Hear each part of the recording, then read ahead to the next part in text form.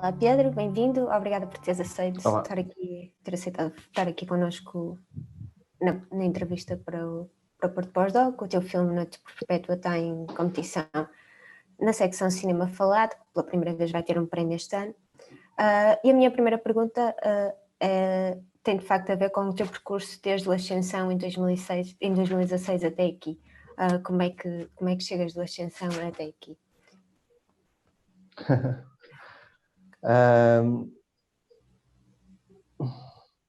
Bem, passaram 4 anos, demora sempre muito tempo a fazer um filme. Na verdade, o Noite Perpétua foi a concurso em 2016, depois os resultados saíram em 2017, mas foi um processo um pouco moroso porque, bem, primeiro que tudo, tentámos angariar mais apoios, nomeadamente em França. Isto é uma coprodução com uma produtora francesa que se chama Kino Electron, e também em Espanha. Portanto, demorou um pouco mais, e enfim, depois agora aconteceu também, meteu-se a pandemia. E é todo um conjunto de coisas mais ou menos imprevisíveis e que acho que no final do dia acaba por demorar um pouco depois a feitura do filme. Mas essa pergunta assim de retrospectiva é um bocadinho difícil para mim de estar a fazer, ou seja, eu sinto que são filmes bastante próximos, até formalmente, e porque eu acho que vieram de uma mesma fonte de interesse, de um período semelhante da minha vida. Inclusivamente eu lembro-me agora de comentar com algumas pessoas próximas que viram o filme e que fizeram esse paralelo com a Ascensão, que eu acho que são uma espécie, ou seja, são dois filmes, são quase um yin e yang, ou seja, são um oposto um do outro, até formalmente, e eu só me apercebi disso um pouco mais tarde, quando portanto, colocaram isto em cima da mesa, esta premissa, e eu, ok, deixa-me lá pensar, ok, sim, realmente nota imensas semelhanças e parece que os filmes são uma espécie de irmãos gêmeos que caminham em sentidos opostos. Um acaba na noite, o outro no amanhecer. Sim. Um começa com uma espécie de nascimento, o outro começa com uma espécie de morte, que não o é. Enfim, mas eu acho que isso tem tudo a ver, pronto, com processos de criação e também com quem eu era quando criei estes filmes e quando os pensei. Acho que também o Noite Perpétua marca, de certa forma, um certo fim. Não me imagino agora em projetos futuros a trilhar mais estes caminhos. Acho que acabou. Quer dizer, este caminho. Okay. Acho que vem outros. Não muito bem, não sei. Mas sim. Não sei se... Sim. Eu tinha, na verdade, duas perguntas que vão ao encontro da tua resposta, e uma delas é necessariamente uma coisa mais técnica, de prática cinematográfica, de composição, que muitas vezes as entrevistas de alguma forma se escapam dessas questões, mas que me parecem bastante pertinentes, e uma delas era precisamente como é que foi a adaptação, passares de rodagens no exterior, no Ribatejo, no Ascensão, não é? Para um filme que é completamente rodado no interior, com pouca luz. Como é que foi esta adaptação? Apesar de o Ascensão ter sido rodado exclusivamente em interiores e do Noite Perpétua ter sido exclusivamente em interiores, inclusivamente é um filme feito em estúdio, é propositadamente feito em estúdio. Já no Ascensão eu utilizava o decor como uma espécie de tipo de estúdio ao natural, por assim dizer. No sentido em que todos os elementos pictóricos, toda a mise-en-scène, de facto, é muito construída, e que, no fundo, eu tento convocar depois a presença, portanto, dos atores e dos protagonistas para contrariar um bocadinho um rigor que eu imponho em todas as fases da construção da mise-en-scène. Isto em ambos os filmes.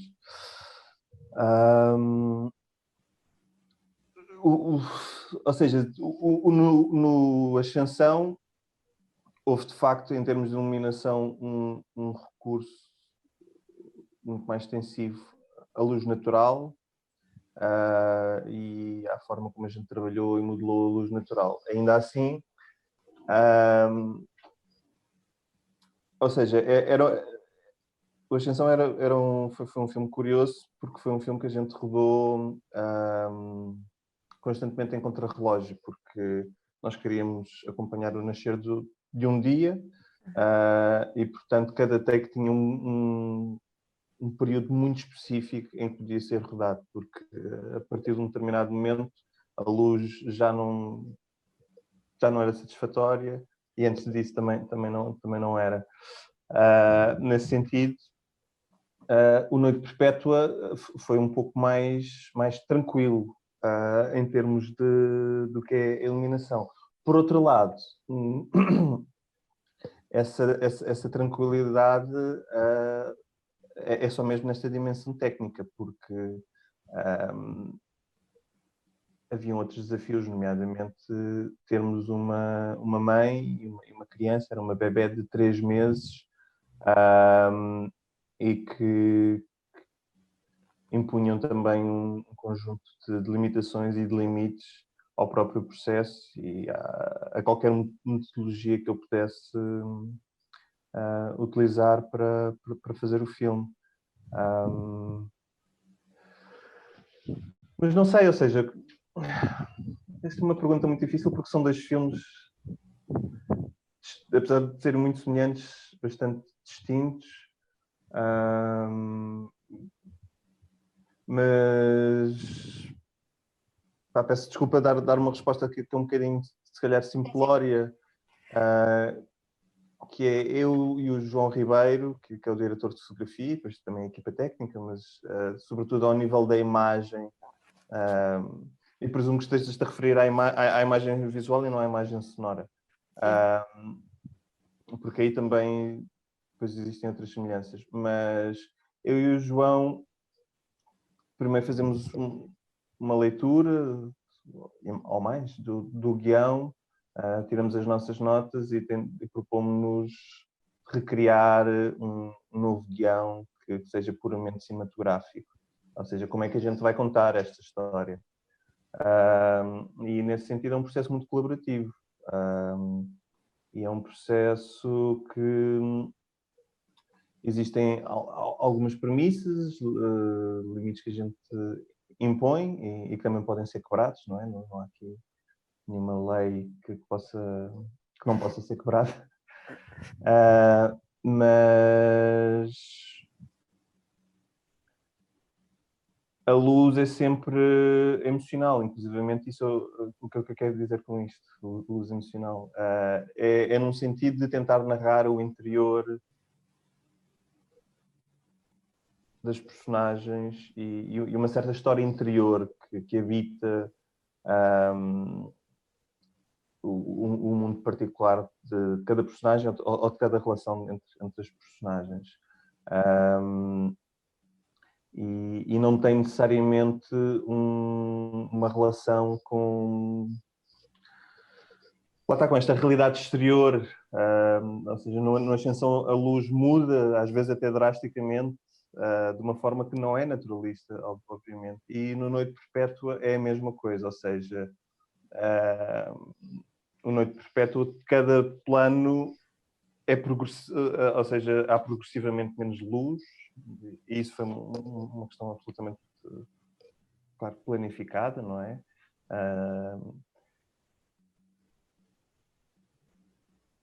E não está só na iluminação, ou seja, também na direção da arte, todo o trabalho foi nesse sentido, mesmo no guarda-roupa, a personagem começa com uma roupa muito mais clara, acaba vestida completamente de negro, ou seja, há todo um conjunto de ferramentas em várias áreas, naquilo que é a construção da mise-en-scène, que nós trabalhamos para chegar a estas imagens, à imagem visual e à imagem sonora.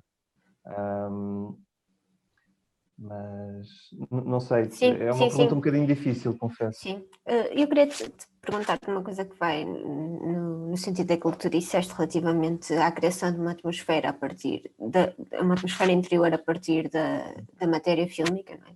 Das imagens, e que tem a ver com o facto de, apesar de o filme O Noite Perpétua agora, ele não é explicitamente um filme sobre política, embora com os dados externos que nos são dados nós consigamos fazer essa leitura.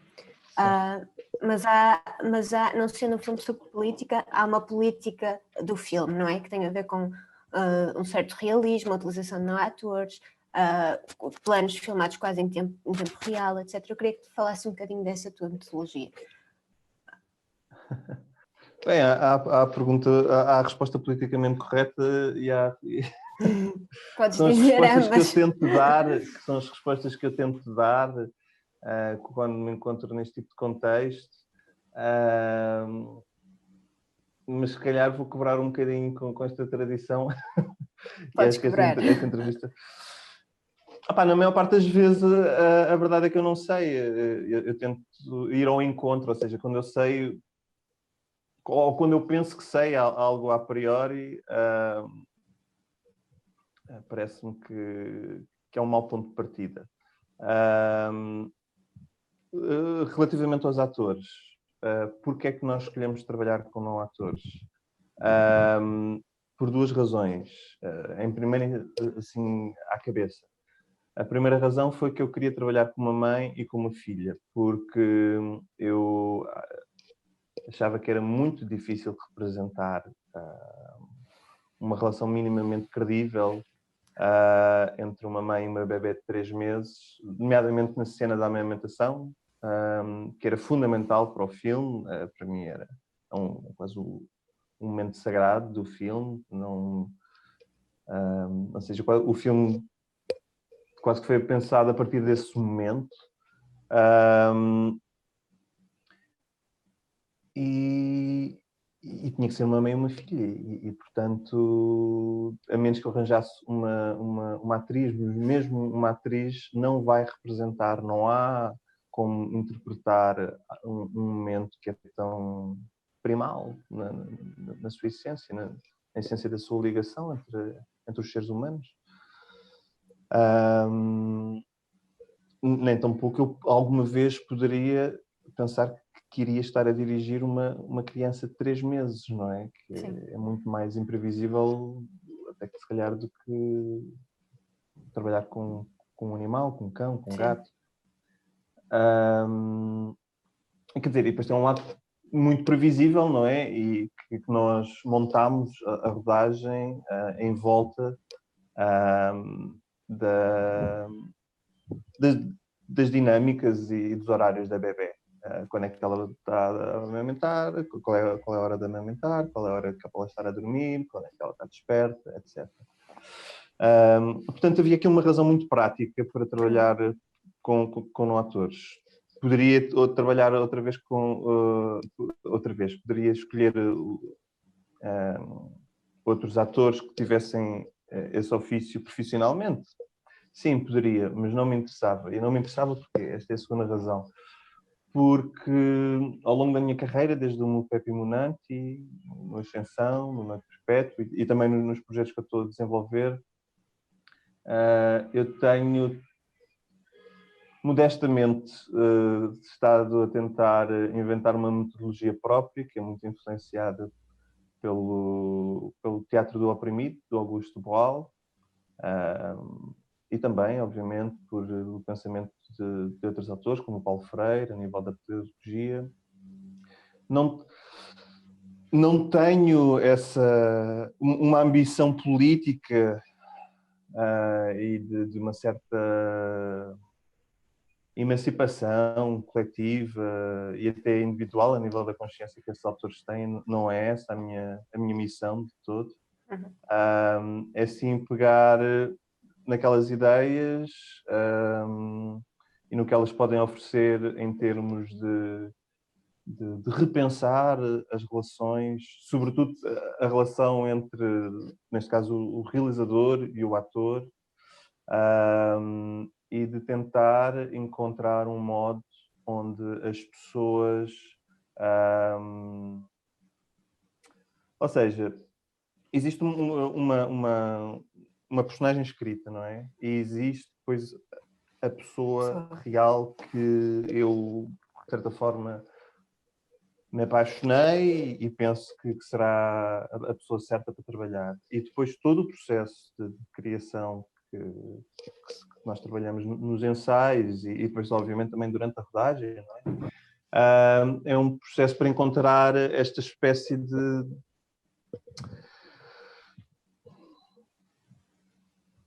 uma espécie de um ponto médio em que, sim, tem uma referência à personagem, tem uma referência àquilo que são as pessoas, à personalidade, ao caráter da pessoa real com quem eu trabalho, mas estamos ali a meio termo. E eu pretendo, sobretudo, criar o contexto onde se possa contar uma história e vivê-la emocionalmente. E é, no fundo, tudo aquilo que eu faço e tento trabalhar, ou seja, uma rodagem minha está sempre a acontecer, mesmo quando a câmara está parada. Portanto, eu estou sempre a pensar em todos os momentos do dia, em como, de certa forma, continuar a criar ou às vezes mudar radicalmente o ambiente, uma certa forma de ser, de estar e tentar e convidar, no fundo, as pessoas a percorrer esta história e esta viagem, que é uma viagem, sobretudo, muito emocional comigo. E para isso, aquilo que eu preciso trabalhar, essencialmente, são as relações pessoais, a minha relação com as pessoas, a relação das pessoas entre elas e a relação toda a equipa. No fundo, é isso que eu tento gerir como realizador. E que elas, por seu próprio pé, possam também fazer o percurso da história e muitas vezes, aliás, não poucas vezes, surpreendem, fazem sugestões que são inesperadas. Portanto, isto também me interessa, porque, claro, estes filmes são muito planeados e tem que haver este planeamento muito rigoroso, até porque, em termos técnicos, são moderadamente complicados de executar. Eu também não quero para fazer a vida negra aos técnicos e a nós todos, não é? Porque somos todos diferentes partes do mesmo organismo que ali vive e que ali habita durante a rodagem. Mas, ao mesmo tempo, não quer esterilizar aquilo que pode vir da relação entre a câmara e as pessoas que estão ali, que estão vivas, que estão a sentir. E, nesse sentido, portanto, há um grande planeamento, mas para também haver um bocadinho uma abertura. Yeah. Queria perguntar-te como é que, uma coisa mais simples, como é que encontraste esta senhora, a Paz? Como é que chegaste até ela? Lá está, ou seja, vai de encontrar um bocadinho que eu estava a dizer, que tento sempre, se calhar... ou seja, deixa-me perguntar. Diz-me. Projetaste primeiro a pessoa e depois foste à procura de alguém que cumprisse isso, ou deste no encontro com esta senhora e intuíste, não é? Que era... Mais ou menos, eu diria que é uma mistura das duas. Okay. Eu não quero estar a entrar aqui numa aula de psicoanálise barata, porque não é todo... Também não faço questão.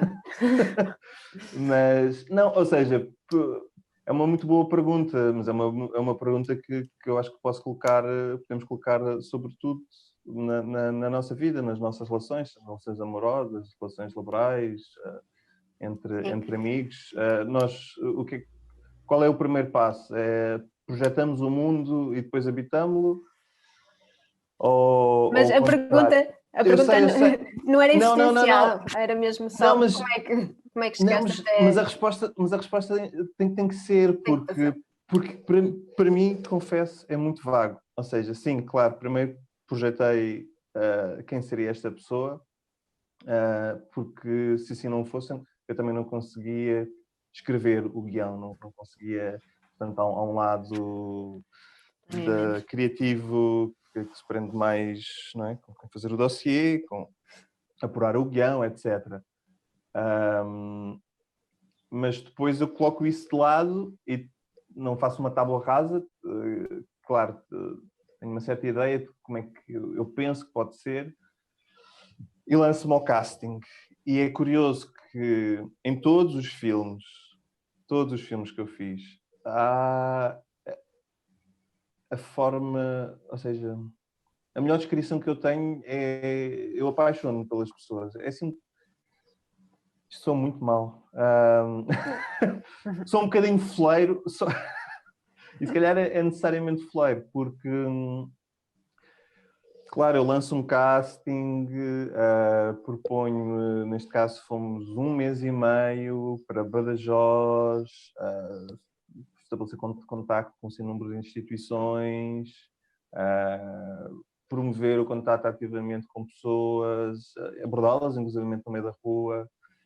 Lançámos um casting tradicional, ou seja, pelos meios de comunicação tradicionais, pelo Facebook, pelo Instagram, essas coisas todas.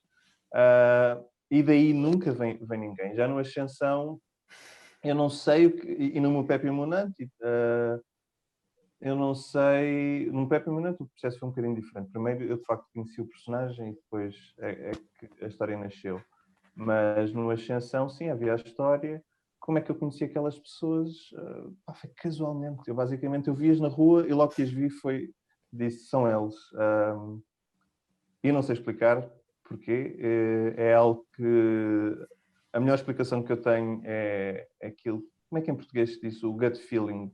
Eu sinto com o estômago, ou seja, eu literalmente sinto com o estômago. E tento seguir a minha intuição nesse sentido. Não quero parecer aqui místico, mas... Sim. Mas é isso, e com a Paz foi a mesma coisa. Portanto, foi... inclusivamente eu estava de carro, tinha ido a uma feira, à procura de pessoas, sim. Ia já em direção a casa, e vejo aquela mulher a passear com 2 cães. Vi que ela estava grávida e lembro-me de imediatamente pensar, uau, eu acho que é ela. E tive que estacionar o carro e fui à procura dela. E que eu pensava, era um parque grande e eu não fazia a mínima ideia onde é que ela estava. E a única ideia que eu tive foi, ela tem 2 cães, eu tinha um cão também. Eu pensei, se eu fosse passear o Scuba, o meu cão, eu ia por aqui. E foi isso que eu fiz. E andei 10 minutos à procura e não encontramos. E estava prestes a desistir. Estava mesmo eu tinha desistido. E a minha namorada, na altura, disse-me: a gente ainda não procurou ali à direita. E eu disse: ok, claro, mas vamos para casa. O que será, será. Acho que não era a nossa mulher. Ela disse: não, mas vamos por ali. E fomos. E quando virámos, estava lá a Paz, com os cães, e abordámos-la e sentimos imediatamente que era... Aliás, claro, eu apresentei, é sempre uma abordagem assim um bocadinho dúbia, no mínimo, um bocadinho estranha. Achei-te interessante porque estavas grávida para uma rodagem, o que é que se trata. Mas ela gostou imenso e a gente clicou e mal nós saímos da presença dela, eu disse: eu espero bem que ela aceda, porque eu tenho a certeza que é ela. E para juntar à mitologia, ela não sabia se a bebê ia ser menina ou menino, e a bebê nasceu, ela ainda não tinha, nós ainda não tínhamos decidido completamente que era ela, e ela decidiu dar o nome de Matilde à bebê. Sim. Por esta história. Okay. Estás a ver o relógio, desculpa. Sim, estava. Mas vou fazer-te uma última pergunta. Portanto, Matilde era Matilde Morrilho Sanches, uma mulher que desapareceu, não é? Foi morta, enfim, durante a Guerra Civil Espanhola. Eu queria perguntar-te, falas noutra entrevista sobre a importância do olhar feminino sobre estas questões, e de facto no filme é muito evidente que os rostos destas mulheres, ao contrário, por exemplo, dos homens, são muito marcados, são muito humanizados, há uma proximidade com aquelas mulheres. Eu queria te perguntar porquê, basicamente, porque é que sentiste esta necessidade do olhar feminino, embora sabendo, não é, que é uma história menos conhecida da resistência, quer na Guerra Civil Espanhola, quer, infelizmente, nas outras também, não é? A resistência italiana, portuguesa, enfim. Sinceramente, porque me interessou contar, ou seja, da maior parte dos filmes que eu vi, e se calhar não vi o suficiente, estou falando com pessoas que viram muito mais do que eu, que transmitem a mesma ideia, não é? Ou seja, as histórias sobre a Guerra Civil Espanhola, a guerra em si, ou pós-guerra, ou a Segunda Guerra Mundial, assim, dois eventos marcantes da história do século XX, tem sempre muito, maioritariamente, a presença masculina, mesmo quando digo o olhar masculino. Quando também existe o olhar no feminino, às vezes ele é secundário.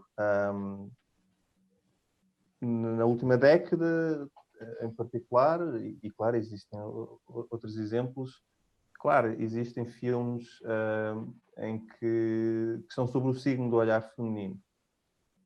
Na Guerra Civil Espanhola e o pós-guerra, não encontrei muito essa presença. Ou, quando encontrei alguns exemplos, eram sempre ou nas trincheiras, ou no campo de batalha.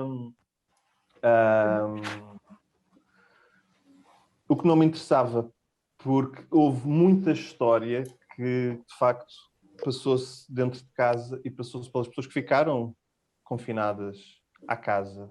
Ficaram confinadas a esse lado esquecido da história. Foram as pessoas que perderam os maridos, as mulheres que perderam os filhos, que sem eles tiveram que depois reconstruir as famílias, reconstruir um país. Isto temos os lados, de facto. Mas no caso, pronto, das pessoas que estavam ligadas ou filiadas aos republicanos e aos comunistas, e claro, perderam naquele momento. Tiveram a vida feita num 8 e muito complicada, não é? Porque foram ostracizadas durante mais do que uma geração. E interessava-me esse lado da resiliência, e de uma resiliência que eu vejo como muito feminina, não é? Que é quem cuida, quem de facto tem que ao mesmo tempo se resignar e com toda a dignidade e coragem continuar em frente. E nesta guerra e neste período histórico foi muito a experiência que esteve sobre o signo do feminino. E temos que ser justos. Ok. Obrigada, Pedro. Infelizmente temos que terminar. Queria agradecer-te mais uma vez. Obrigado, Bel. Obrigado. E espero que as pessoas vejam o teu filme, Noite Perpétua. Pedro Peralta, mais uma vez, obrigada. Obrigado. Bom dia.